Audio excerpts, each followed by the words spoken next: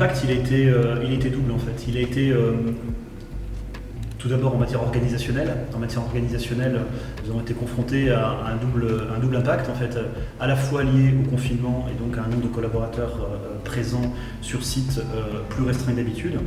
Et puis une demande extrêmement élevée de crédit à délivrer de manière urgente. Et donc nous avons géré cet épisode assez inédit en redéployant des effectifs venant de beaucoup de directions transverses, de manière à créer une task force d'à peu près 25 personnes qui nous a permis de délivrer du crédit de manière urgente et de manière réactive vis-à-vis de nos clients, ce qui nous a permis aussi au passage de délivrer le premier PGE du Grand Est à peine 48 heures après le lancement du dispositif par le gouvernement.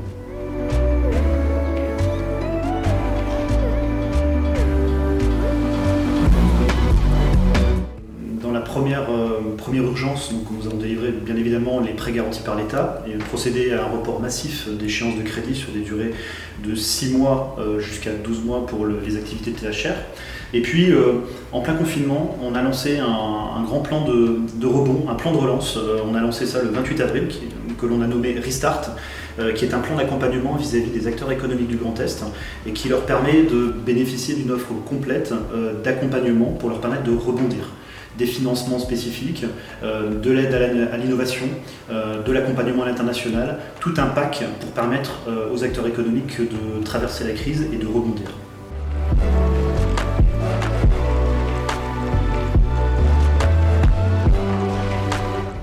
Dans un contexte où effectivement bon nombre de collaborateurs étaient en télétravail, donc pas forcément présents sur site, cela nous a amené à accélérer le déploiement d'outils tels que Microsoft Teams, d'outils de visioconférence, de réunions à distance, de manière à ce que chaque collaborateur puisse avoir une information en temps réel dans une activité qui évolue énormément, avec une visibilité qui est assez faible, et de manière à pouvoir avancer de manière coordonnée et collaborative.